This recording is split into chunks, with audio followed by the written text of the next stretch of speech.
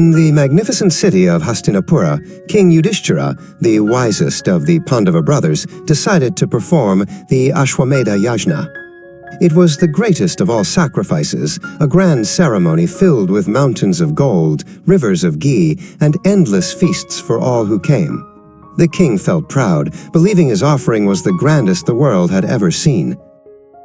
As the final offerings were made, a tiny creature scurried into the grand hall, silencing the chanting priests and astonished guests. It was a mongoose, but a most unusual one. One half of its body shimmered with the purest gold, while the other half was the plain brown of a common mongoose. "Oh, great king!" the mongoose's voice squeaked, yet it carried through the silent hall. "I have traveled the world, visiting every great sacrifice, hoping to find one pure enough to turn my other half to gold. But alas, even your magnificent yajna is not enough." The king was stunned. "What sacrifice could be greater than this?" he asked. The mongoose's eyes seemed to look far away. "I will tell you about a true sacrifice," it said. In a small village, there lived a poor Brahmin and his family.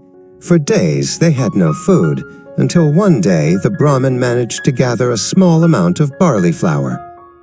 His wife cooked the flour into 4 small flatbreads, one for each of them. As they were about to break their long fast, a knock came at the door. A weary traveler, thin and starved, stood before them. "I am hungry," the traveler whispered.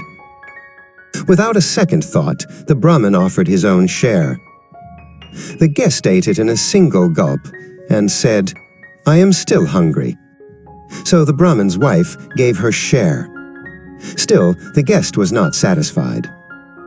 Seeing the guest's hunger, the Brahmin's son offered his flatbread, and then the son's wife offered the final piece. They gave away their entire meal, the only food they had seen in days, choosing to stay hungry so that their guest might be full. With the last bite, the guest smiled. A divine light filled the hut, and he revealed himself to be Dharma, the god of righteousness. "Your sacrifice," he boomed, "born not of wealth but of pure selflessness, has pleased the heavens." He blessed the family, and they were taken to the celestial realm. The mongoose turned back to the king. After they had gone, I crept into the hut and rolled on the spot where a few crumbs of that blessed flour had fallen. The dust from that true offering turned half my body to gold. Since that day, I have searched for a sacrifice of equal purity. "Your sacrifice, O king, was born of abundance," the mongoose said softly. "Theirs was born of nothing.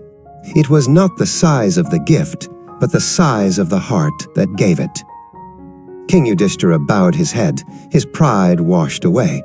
He finally understood that the greatest sacrifice is not about giving what you have in plenty, but giving what you have when you have almost nothing at all.